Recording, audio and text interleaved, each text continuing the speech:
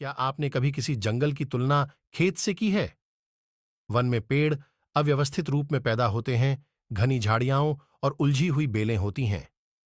खेत की सीमाएं निर्धारित होती हैं, हल चला हुआ होता है, नहरों तथा नालों का जाल सा बिछा होता है, कहीं पर मकई बोई होती है तो कहीं पर गन्ने का खेत होता है। एक अव्यवस्थित जंगल और खेत में क्या अंतर होता है? खेत की प्रत्येक स्थान पर आप एक व्यवस्था देखते हैं, जबकि जंगल में कोई व्यवस्था नहीं होती। खेत में हर ओर ध्यान दिया जाता है और उसकी चौकसी की जाती है, जबकि जंगल में प्रत्येक वस्तु अव्यवस्थित रूप से पैदा होती है। जहां कहीं भी व्यवस्था होती है, उसके पीछे अवश्य ही कोई उद्देश्य होता है। हम खेतों को व्यर्थ ही नहीं बनाते, हम कुएं तथा नहरें निरुद्देश्य ही नहीं खोदते। इन सब के पीछे एक उद्देश्य है। यदि इनके पीछे कोई उद्देश्य नहीं होता, तो हम खेतों को जंगल बन जाने देते, जिसमें जंगली जंतु निवास करते। खेत में एक व्यवस्था होती है, खेत का एक प्रयोजन होता है। सृष्टि को पूर्ण रूप में देखिए। क्या आपको प्रत्येक वस्तु में पूर्ण व्यवस्था दिखाई नहीं देती?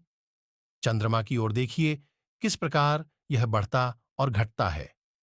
14 दिन प्रतीक्षा कीजिए और तब पूर्ण चंद्र को अपनी पूरी सुंदरता के साथ एक थाल की भांति उदय होता देखिए।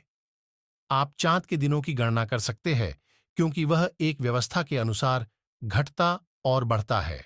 सूर्य को, मौसम के परिवर्तन को, बच्चे के जन्म और खेत के विकास को देखिए।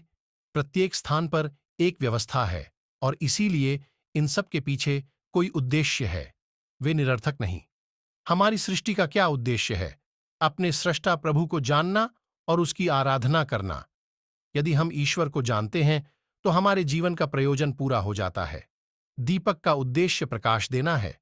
बांसुरी का उद्देश्य मधुर स्वर लहरियां प्रवाहित करना है। यदि हमें अपने जीवन के उद्देश्य को पूरा करना है, तो हम ईश्वर को अवश्य जानें। यदि हम प्रभु को नहीं जानते, तो हम बुझे हुए दीपकों तथा मूक बांसुरियों के समान हैं।